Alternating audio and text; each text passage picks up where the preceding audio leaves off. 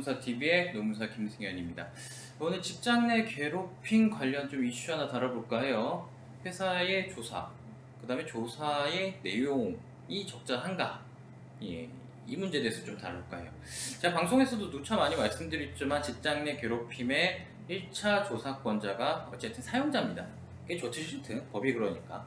그 사용자가 조사를 하게 되는데 문제는 조사가 적절한가? 네, 항상 이 문제가 발생을 해요. 예. 일단은 조사권을 가지고 있으니까 내 마음대로 조사를 하겠다라는 입장들을 참 많이 가지고 있어요. 요즘에 사용자 쪽에서. 그다음 조금 규모가 있는 회사는 아예 외부 농법인을 많이 좀 선정을 해서 조사를 의뢰를 하더라고요. 근데 여러분들 한 가지 명심하셔야 될 게 괴롭힘이라는 게 어쨌든 진짜 가해자와 피해자 사이에 노노 갈등, 노동자끼리의 갈등 경우가 있긴 한데요. 이 많은 사례들이 사실은 이 수직적인 관계에서 발생을 합니다. 예. 그러다 보니까 권력을 가진 자가 권력이 없는 자에 대해 괴롭힘이 발생하기 때문에 실상 권력은 가진 자의 입장이 회사의 입장일 가능성이 굉장히 높아요. 꼭 그렇진 않지만. 예. 뭐 예컨대 이런 거죠. 뭐 팀장급 직원이 부하 직원을 괴롭힐 때 그 팀장급의 의사는 고로 회사의 의사와 가깝거나 또는 그렇게 만들어질 가능성이 굉장히 높다는 거죠. 자, 이런 상태에서 외부에서 위원을 선임을 하든 자기들이 자체적으로 조사를 하든 어떤 의도로 흘러가겠어요? 외부에서 사람을 선임해서 조사를 해도 그 비용을 대고 조사를 의뢰하는 것은 회사고 조사를 자체적으로 실시하는 것도 회사입니다. 제가 주차 말씀드렸지만 회사는 문제가 발생하는 것을 원치 않아요. 사실 신고에 대해서도 최소한 쉬쉬하는 걸 많이 좀 원하는 경우를 많이 봤는데, 자, 그렇다고 뭐 쉬쉬하지 않고 법에 있으니까 조사를 하러 돼 있으니까 조사를 했다고 해요. 그럼 그 조사는 멀쩡히 이루어지는가? 그래서 늘 저는 의문을 좀 가지고 있습니다. 예. 첫 번째로 조사의 내용입니다. 조사의 내용.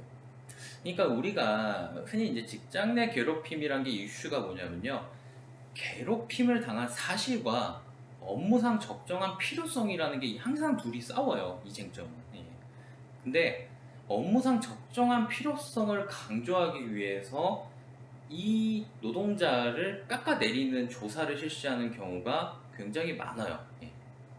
사실 이 문제는 업무상 적정한 범위를 넘어섰냐 넘어서지 않았냐를 판단하는 문제예요. 이 직장 괴롭힘 문제는.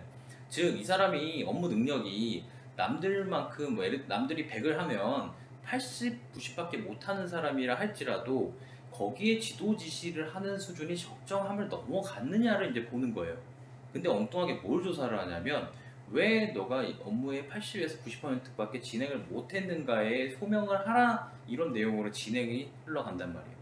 그리고 인간관계가 일단 나쁜 거 아니었느냐, 그 다음에 가해자에서 하는 내용을 사용자가 조사 내용의 주된 내용으로 해서 조사하는 경우가 굉장히 많습니다.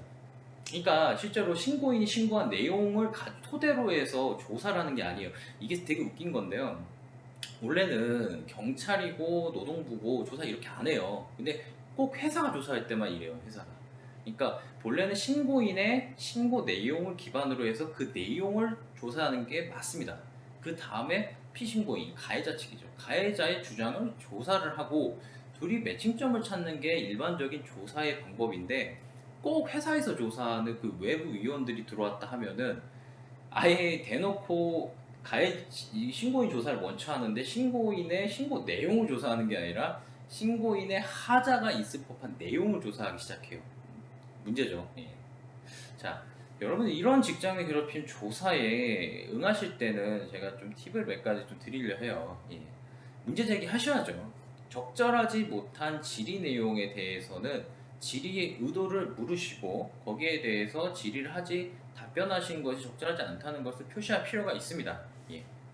그러니까 웬만하면 질의사항은요 서면으로 받아내시는 게 더 좋아요. 뭐 구두로 하겠다 그러면은 아예 뭐 같이 내가 이거 지금 구두로 한 내용 서로 그 속기를 하든 녹취를 하든 해서 서로 확인하고 서명 날인하자, 이렇게 가시는 게 좋아요. 예.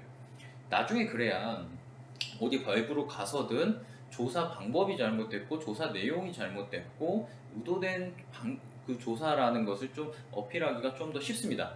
예.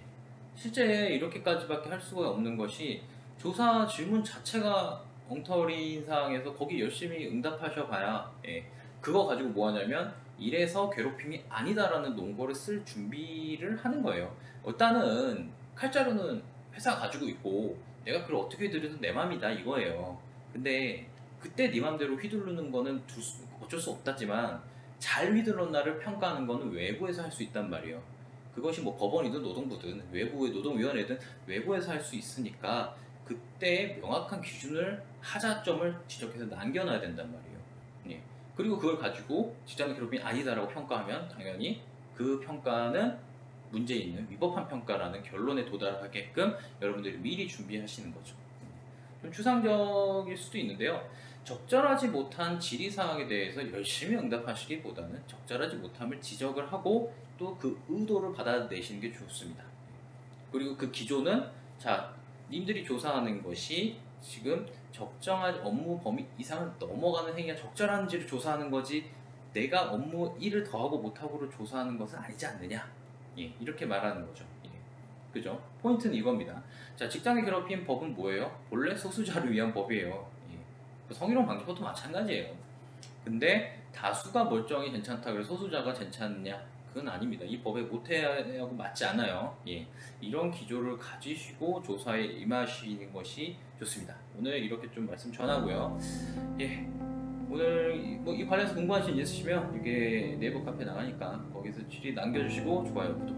저희가 수요일마다 요즘 라이브 방송하고 있으니까 수요일 저녁 9시입니다. 오셔서 좀 말씀 좀 많이 나눠주고 가시면 좋겠어요. 예, 제가 무려 지금 5주째 하고 4주째 하고 있는데 예, 당분간은 좀 더 해보려고 합니다. 예, 뭐 여기까지서 마치고요. 예, 다음 시간에 뵙겠습니다. 감사합니다.